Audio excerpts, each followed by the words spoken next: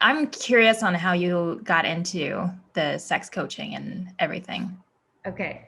So it actually started with life coaching in general, and this was 5 years ago. So, as Ileana mentioned, I grew up in the Middle East, and in the Middle East, we're very communal as a society. And there's like, I mean, this is universal, obviously. You know, you're born, there's hand-me-down beliefs, expectations of what you should be like in life. And I know that this is a universal issue, but it's probably a little bit more emphasized in the Middle East because of the nature of our culture and how communal we are, which has some great perks as well. So growing up, I did everything by the book. You know, I went to school, had to get like a certain degree, get the job, get married, do like everything, you know, as per society's expectations. And I had I would call it a midlife crisis by the time I was 30. And that's when I realized that I don't even know myself. And here I am making these big decisions in life. And I didn't really understand myself. And that's when my journey into coaching started. And I started to learn so much about myself. And I realized how clueless I was about what I wanted in life and the type of life, my purpose, my values, all of these, you know, simple things that most people take for granted. So on that journey, I learned so much, and it was such an empowering process.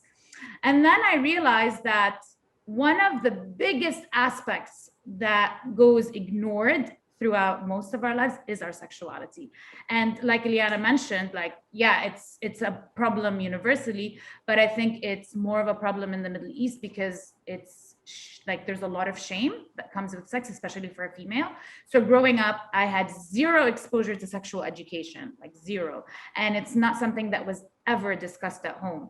And you grow up in a culture in the Middle East where growing up, it's like, it's bad, it's slutty, you know, you need to be a virgin and you need to save your virginity for your husband. And, you know, like it's promiscuous, you shouldn't do that, it's wrong. And like, that's all you're told about sex.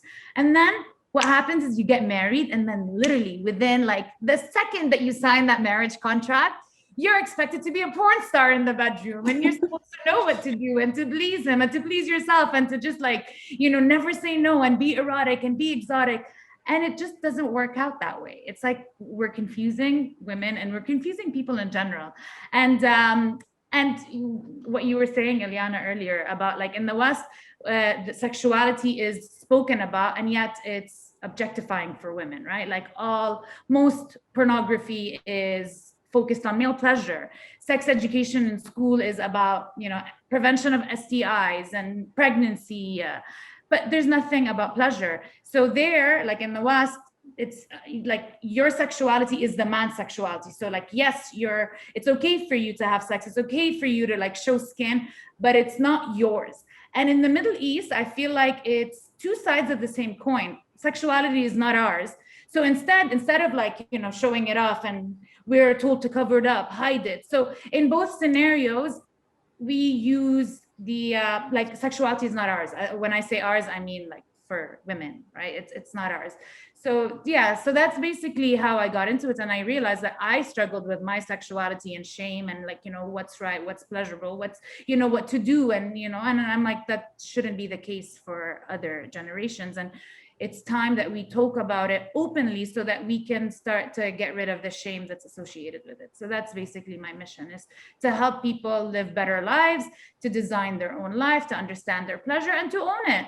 And yeah, that's pretty much why I'm doing what I'm doing.